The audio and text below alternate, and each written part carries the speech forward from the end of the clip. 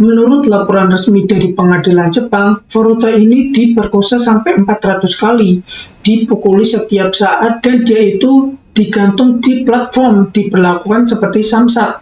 Kadang-kadang perutnya itu dihantam menggunakan barbel. Furuta ini dibuat kelaparan, sampai dia itu disuruh makan kecoa. What's up guys, bertemu lagi dengan saya Bobby Search di channel informasi yang bikin greget. Kali ini kita akan membahas mengenai informasi-informasi yang greget seperti biasanya guys. Kali ini kita akan membahas mengenai kasus pembunuhan terkejam di Jepang guys. Jadi gadis ini itu disekap selama 44 hari. Dia itu diperkosa sampai 400 kali. Dan juga dia itu disuruh makan kecoa. Dan dia juga disiksa mati-matian guys. Dan akhirnya dia ini minta dibunuh saja agar penderitaannya itu berakhir. Langsung saja kita akan membahas mengenai kasus pembunuhan Junko Furuta di Kriminal.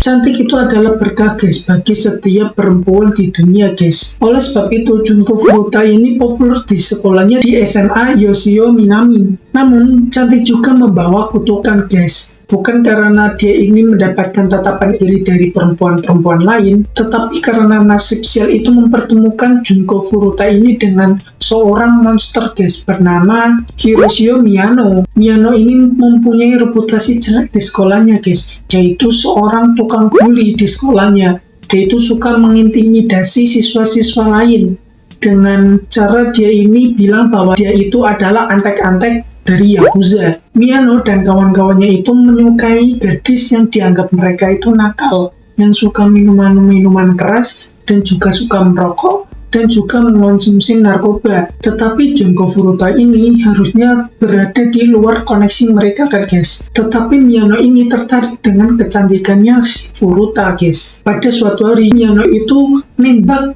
Furuta guys, tetapi ditolak dikarenakan dia itu tidak berminat untuk pacaran.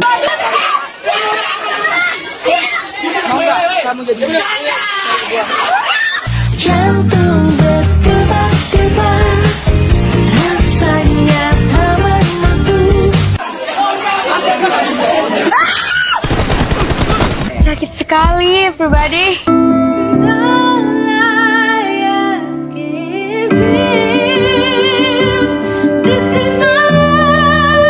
Selama ini, semua siswa di sekolahnya itu menuruti apa maunya si Miyano, tetapi dia itu baru pertama kali ditolak. Dan penolakan itulah yang berujung pada kemarahannya si Miyano. Furuta ini lahir pada tanggal 22 November 1971. Ia tumbuh dan besar di Misato, Saitama. Seperti kebanyakan siswa SMA di Jepang pada umumnya guys, dia itu setelah pulang dari sekolah itu, dia itu bekerja paruh waktu guys, yang mengakibatkan dia itu kalau pulangnya ke rumah itu malam. Tanggal 25 November 1988, tepat 3 hari setelah perayaan ulang tahunnya yang ke-17, Furuta pulang dari pekerjaan paruh waktunya guys dengan mengendarai sepeda. Sialnya dia itu menuju kawasan tempat Miyano dan kawan-kawannya itu merampok gadis dan memperkosanya guys. Saat Miyano ini melihat Furuta, dia itu langsung menyuruh Minato ini untuk menendang sepedanya sampai jatuh guys. Furuta ini tersungkur dari sepedanya guys, dan dia itu mengalami cedera-cedera yang mengakibatkan dia itu tidak bisa menggoyang sepedanya lagi. Furuta lalu menuntun sepedanya itu guys, dan pada saat itu Miyano itu lewat guys dan menawarkan bantuan. Jadi ceritanya itu Miyano ini mau jadi pahlawan gitu kan guys. Miyano lalu menawarkan bantuan dan Furuta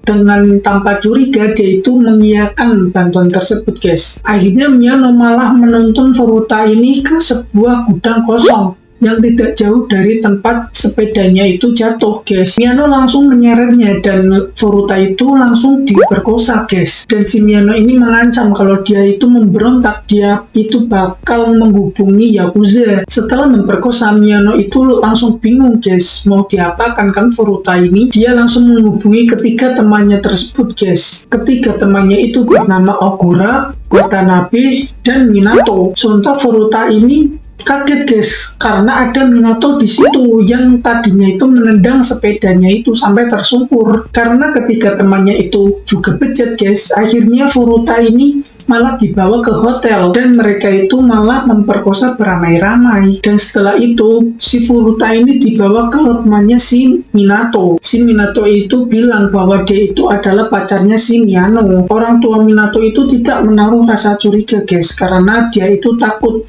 dengan Yakuza, kenalannya si Miyano. Orang tua Furuta ini cemas guys karena anaknya itu nggak pulang-pulang. Akhirnya dia itu lapor ke polisi. Dan saat polisi ini mau melakukan pencarian, tiba-tiba Furuta ini malah menelpon ibunya guys. Dia itu mengatakan bahwa dia itu sedang di rumah temen, padahal dia itu sama Miyano. Jadi si Furuta ini disuruh bohong bahwa dia itu menginap di rumah temannya guys. Saat laporan polisi dari orang tuanya si Furuta ini dicabut guys, Miyano itu merasa bahwa sudah aman guys. Dia itu langsung melancarkan aksinya, yaitu dengan cara memperkosa, menyiksa, dan lain-lain pokoknya. Dan tingkat kekejamannya tidak bisa dibayangkan guys. Menurut laporan resmi dari pengadilan Jepang, Furuta ini diperkosa sampai 400 kali, dipukuli setiap saat, dan dia itu digantung di platform, diperlakukan seperti samsak. Kadang-kadang perutnya itu dihantam menggunakan barbel. Furuta ini dibuat kelaparan sampai dia itu disuruh makan kecoa dan minum air urinnya sendiri. Beberapa bagian tubuhnya si Furuta ini dibakar guys, dan kelopak matanya itu ditempeli lilin panas. Bagian tubuh yang lain itu juga dimutilasi guys. Dalam kondisi sedemikian brutalnya guys, dia itu masih dipaksa untuk masturbasi di hadapan para pelaku. Kemaluan dan anusnya itu dimasuki berbagai barang-barang aneh kayak botol dan lain-lain lah, sampai dia itu tidak bisa mengontrol kandung kemihnya dan juga buang air besarnya guys. Setelah 1 bulan berada dalam penyekapannya si pelaku guys, Furuta ini sempat mau nelpon ke kepolisian, tetapi dia itu kepergok guys oleh salah satu pelaku. Furuta langsung dihukum guys dengan cara dihantam berkali-kali. Furuta ini meminta agar dirinya itu dibunuh saja guys, agar penderitaannya itu berakhir. Namun para pelaku itu menolak dan malah menyuruh Furuta untuk tidur di balkon. Padahal saat itu masih musim dingin guys. Luka-luka di sekujur tubuhnya si Furuta ini mulai membusuk dan menghasilkan bau yang tidak sedap. Para pelaku itu kehilangan nafsu bejatnya guys, dan malah memilih untuk mencari korban lain walaupun tidak disekap seperti Furuta. Pada 4 Januari 1989, kondisi tubuhnya si Furuta ini sudah hancur lebur guys. Akhirnya si Furuta ini meninggal guys setelah mendapatkan penyiksaan kurang lebih 2 jam. Para pelaku langsung membungkus tubuhnya si Furuta ini menggunakan selimut, menempatkannya di drum bervolume 200 liter dan mengisinya dengan semen basah. Pada pukul 8 malam, mereka itu membawa drum tersebut ke sebuah daerah bernama Koto di Tokyo. Kemudian mereka itu membuangnya di sebuah truk semen. Penangkapan para pelaku itu terjadi pada akhir Januari 1989. Berdasarkan identifikasi sidik jari,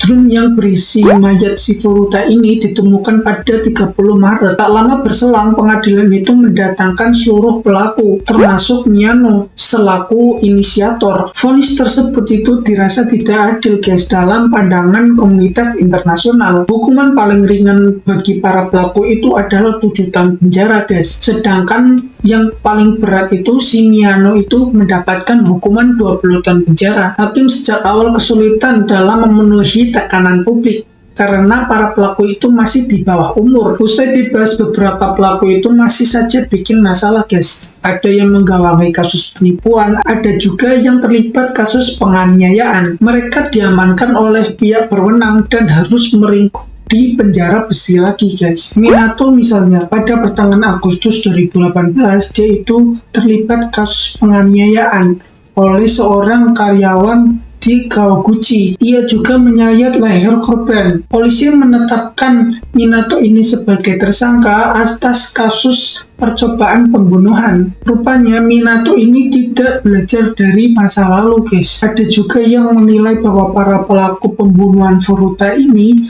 seharusnya dihukum seumur hidup. Mereka dianggap tidak pantas untuk hidup di tengah-tengah masyarakat Jepang, dan sebagian ada yang mengatakan Pelaku dari Boruto ini harusnya dihukum mati saja. Junko Furuta dimakamkan pada 2 April 1989. Keluarga dan teman-temannya itu hadir di sana dan larut dalam kesedihan. Kisah Furuta ini abadi di dalam buku novel, lagu, dan juga film. Kalau kalian berminat untuk menonton film tentang Furuta ini dan juga penyiksaan-penyiksaannya, itu tertuang dalam film konkret guys. Sudah sampai disitulah pembahasan kita kali ini ya guys. Kalau ada kurang-kurang, kalau ada salah-salah itu kalian bisa komen-komen di bawah. Dengan senang hati aku akan mengoreksinya guys dan membuat channel ini lebih bagus lagi. Terima kasih telah menonton video ini dan sampai jumpa di video saya selanjutnya. Dah.